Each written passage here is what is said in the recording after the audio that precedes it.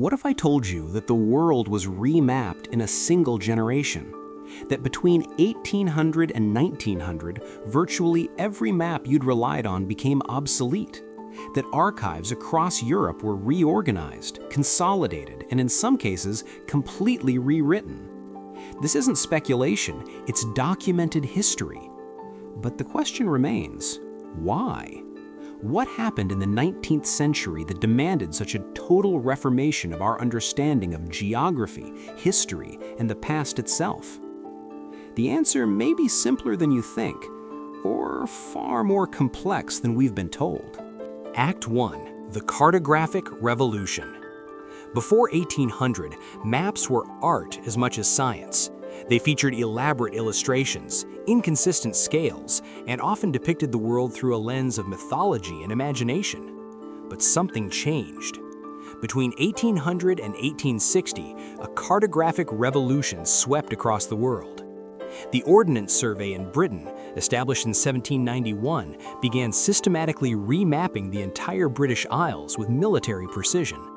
By 1870, every square inch of Britain had been measured, triangulated, and recorded at scales never before attempted. France followed suit with the Carte de l'État-Major. Prussia created the Preußische Landesaufnahme. The United States launched the Coast Survey in 1807, later becoming the Coast and Geodetic Survey. Why this sudden obsession with accuracy? The official explanation: Industrial Revolution. Railways needed precise routes, telegraph lines required exact coordinates, armies needed reliable maps for modern warfare. But here's what makes you think twice. When you compare maps from 1790 to maps from 1850 of the same location, they don't just show improvements in accuracy, they show completely different geographical features. Rivers have moved, mountains have changed height, entire cities appear that have no documented founding date in local records. Act 2. The Napoleonic Catalyst. Let's talk about Napoleon Bonaparte. Between 1799 and 1815, Napoleon's armies swept across Europe, conquering territories from Spain to Moscow. Wherever he went, something peculiar happened. Archives were seized, reorganized, or destroyed. During the French occupation of Italy, monastic libraries were systematically emptied.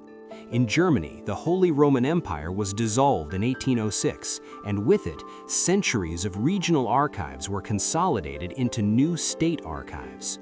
The official narrative? Modernization. The creation of the Napoleonic Code required standardized records. The metric system needed consistent measurements. The modern nation-state demanded centralized documentation. But consider this. In the wake of Napoleon's campaigns, the Venice State Archives were shipped to Paris, partially returned, but many documents lost in transit. Spanish monastic records were dispersed during the Peninsular War. German Principality archives were merged with redundant documents discarded. Egyptian antiquities and records were extracted during the Egyptian campaign of 1798. Napoleon brought 167 scholars to Egypt.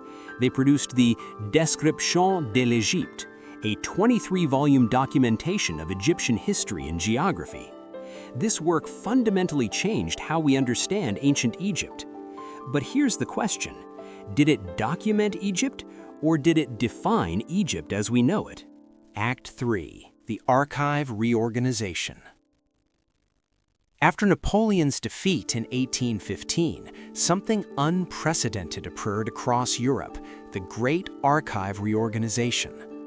The Congress of Vienna in 1815 didn't just redraw national borders, it initiated a continent-wide effort to standardize historical records. 1821, the Prussian State Archive System is formalized. 1838, the Public Record Office in London is established. 1847, the French National Archives are reorganized under a unified system. 1866, the Vatican's secret archives are restructured. The stated purpose? Professional historiography. The rise of history as an academic discipline required organized, accessible sources. German historian Leopold von Ranke pioneered scientific history in the 1830s, demanding that historians work only from primary sources. Noble goal, but there's a problem. The primary sources he and his colleagues relied on had just been reorganized, consolidated, and in many cases transcribed from older, deteriorating documents into new, preserved copies. Who decided what was worth preserving? Who determined which documents were authentic? Who transcribed the old records, and how accurate were those transcriptions? We're told these were scholarly efforts to save history from decay.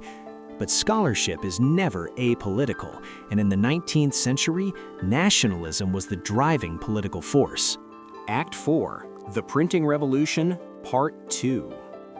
The printing press was invented in 1440, but it wasn't until the 19th century that printing became truly industrialized. The steam-powered press, invented in 1814, could produce 1,100 sheets per hour. By 1900, rotary presses could print 96,000 sheets per hour. For the first time in history, information could be mass-produced and distributed to millions. History books, atlases, encyclopedias flooded the market. This democratization of knowledge is celebrated, but there's another side. When information is scarce, distributed across monastery libraries and private collections, no single narrative dominates. Contradictions exist, regional variations persist. But when information is mass-produced, a standardized version of history becomes dominant. The official atlas becomes the atlas. The approved textbook becomes the textbook. The Encyclopedia Britannica's third edition in 1797 was 18 volumes. By the 9th edition in 1889, it was 25 volumes, completely rewritten with new contributors and new historical narratives. What changed wasn't just knowledge, it was authority. The authority to define what happened.